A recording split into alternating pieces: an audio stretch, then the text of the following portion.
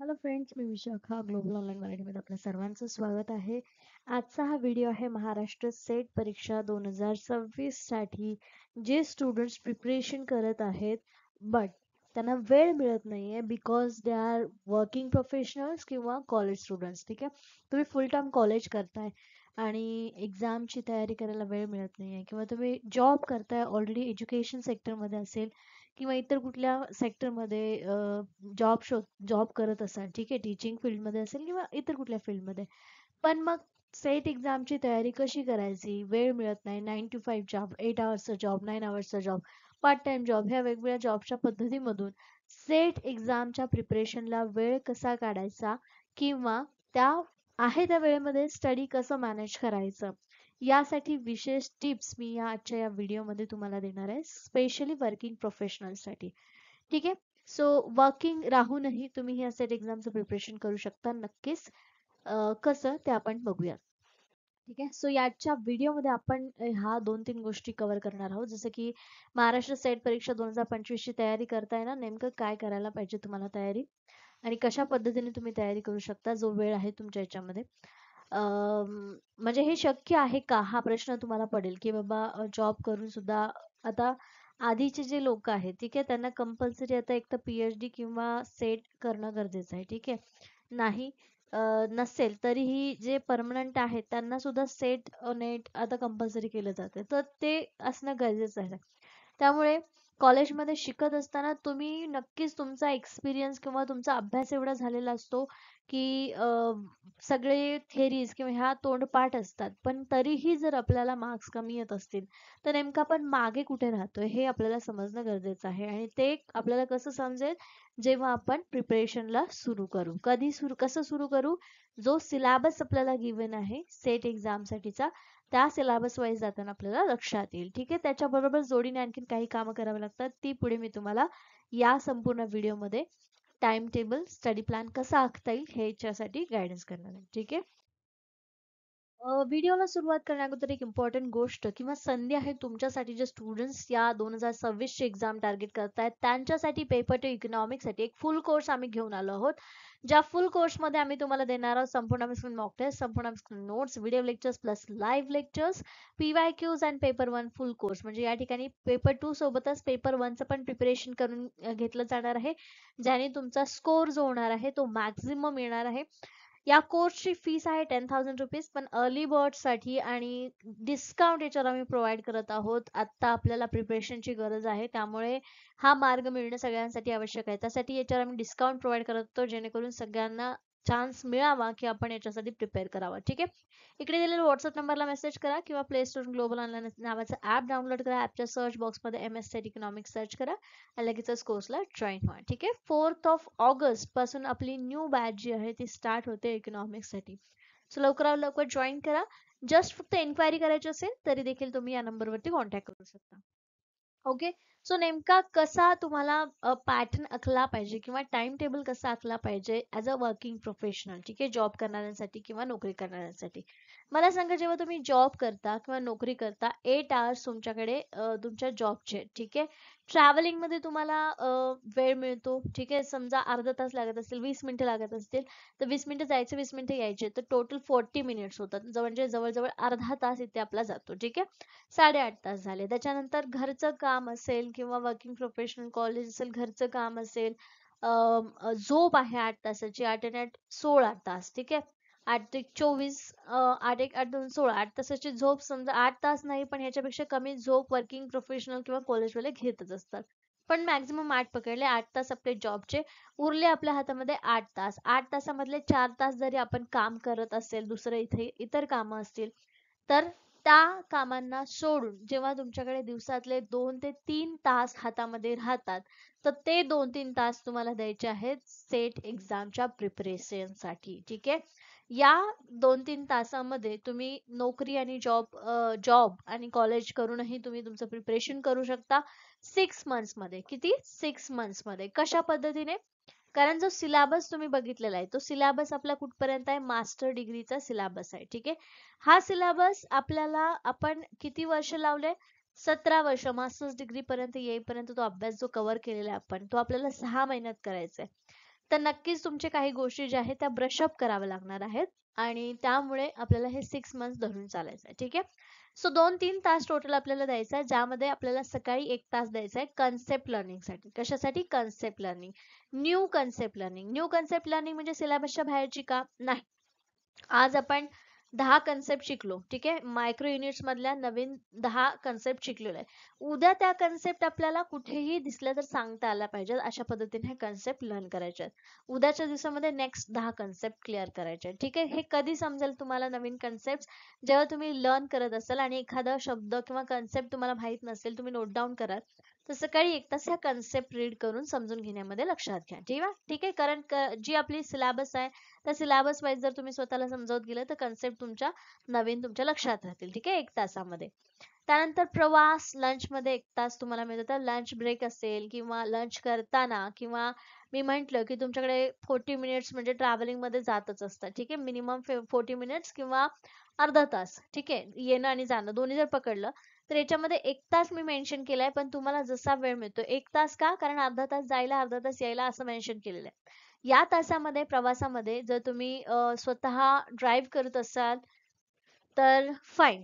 तुम्हाला म्हणजे आई म्हणजे हा जो टाइम आहे तो तिथे दुसरीकडे मॅनेज करावा लागेल. पण जर तुम्ही पब्लिक ट्रान्सपोर्टने जर ट्रॅव्हल करत असाल, most of the job working वाले आपण पब्लिक ट्रान्सपोर्टनीच ट्रॅव्हल करत असतो. पण जर स्वतःची व्हेकल करत असाल तर हा तुम्हाला वेगळीकडे ऍडजस्ट करावा लागेल. पण प्रवास करताना, लंच करताना तुम्ही MCQs किंवा फ्लॅश कार्ड यूज करू शकता. मग MCQs चे व्हिडिओज तुम्ही बघू शकता. MCQs चा पेपर तुमच्या समोर असेल तर तुम्ही डोळ्याखालून घालू शकता. ठीक आहे. त्याच्यानंतर MCQs च बुक तुमच्याकडे असेल ते ते नजरेखालून तुम्ही घालू शकता 1 तास. याच्याने काय होईल की तुम्हाला प्रश्न कसे आहेत किंवा त्या कन्सेप्ट वरती कसा क्वेश्चन विचारला गेलेला आहे हे तुमच्या लक्षात येईल. ठीक आहे. संध्याकाळी 1 तास करायचा आहे. तर हे टोटल 2 ते 3 तास म्हटलं, त्याच्यामध्ये हे 3 तास अशा पद्धतीने विभागलेले आहेत. मी अशा पद्धतीने विभागलेत. त्या पद्धतीने तुम्हाला कसा वेळ देता येईल 3 तास हे मिनिमम तुम्हाला द्यायचे पण. ठीक आहे. 6 महिन्यांसाठी म्हणजे तुमचा 100% ही एक्झाम काय होणार आहे? क्वालिफाय होणार आहे. ओके.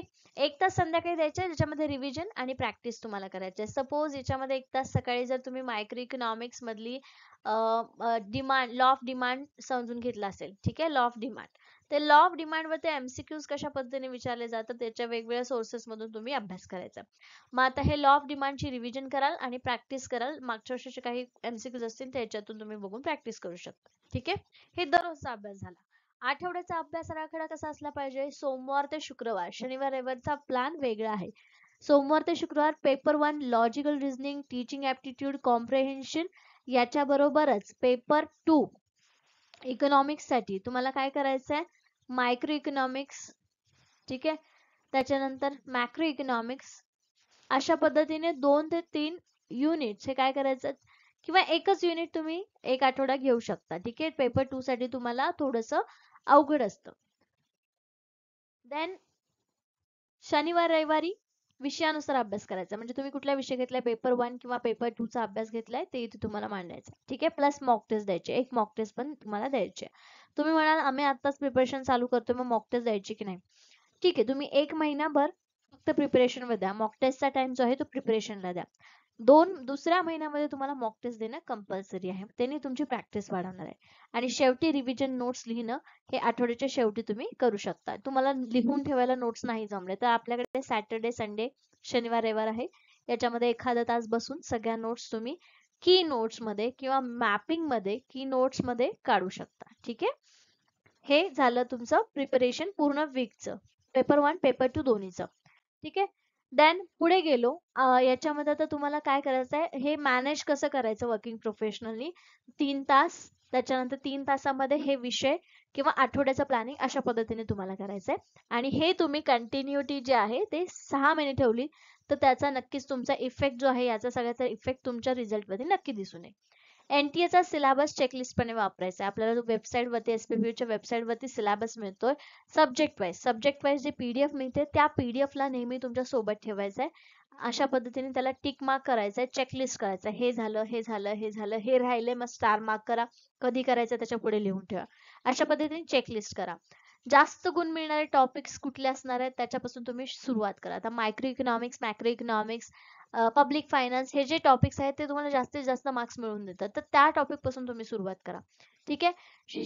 शिवाय PYQs, मागच्या वर्षीचे जे प्रश्न आहेत ते सुद्धा बघून घ्या. का? कारण याच्यावरून तुम्हाला अंदाज येतो की तुम्हाला कशा पद्धतीने अभ्यास करायचा आहे. मायक्रो इकॉनॉमिक्स मध्ये लॉ ऑफ डिमांड वरती कशा पद्धतीने मागच्या वर्षी क्वेश्चन विचारला होता, मग तशा पद्धतीने तुम्ही अभ्यास करू शकता. सरळ प्रश्न सेट भवन विचारणार आहे का? नाही. कॉम्पिटिटिव्ह एक्झाम आहे सेट म्हणजे.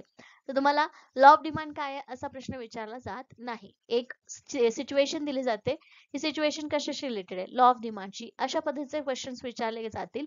तर ते टाईप तुम्हाला कळण्यासाठी PYQ चा अभ्यास करावा लागेल.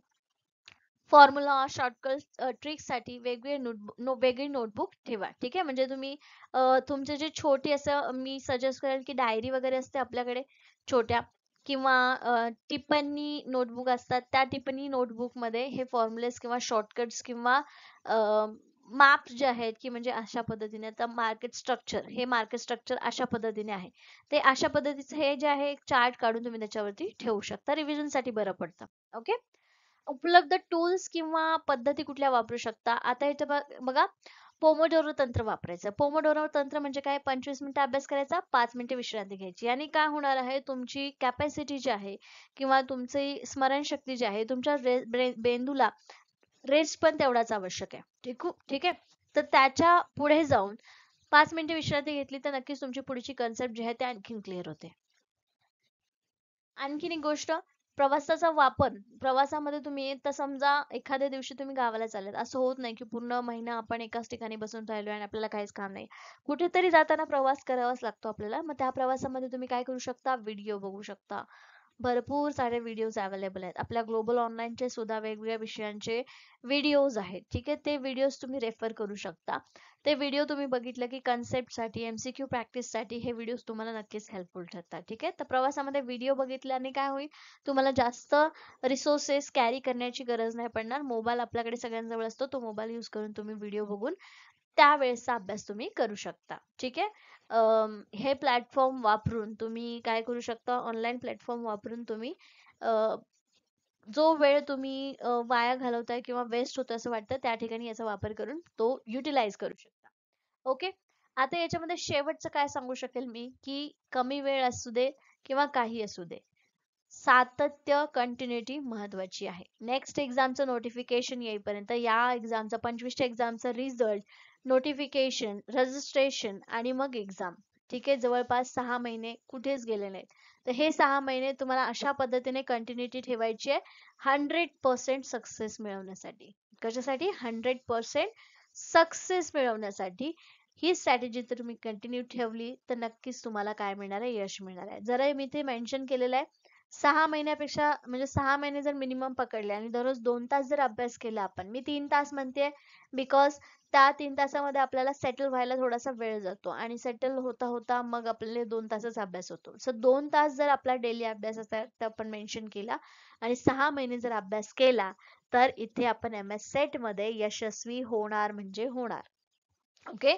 सो इथे तुमचं टाइम टेबल मला कमेंट सेक्शन मध्ये पूर्ण डिटेल नाही, बट तुम्ही किती टाइम देऊ शकता as a working professional exam साठी, 1 तास, 2 तास, किंवा कशा पद्धतीने तुम्ही सुरुवात करत आहात याबद्दल मला तुम्ही कमेंट सेक्शन मध्ये सांगा.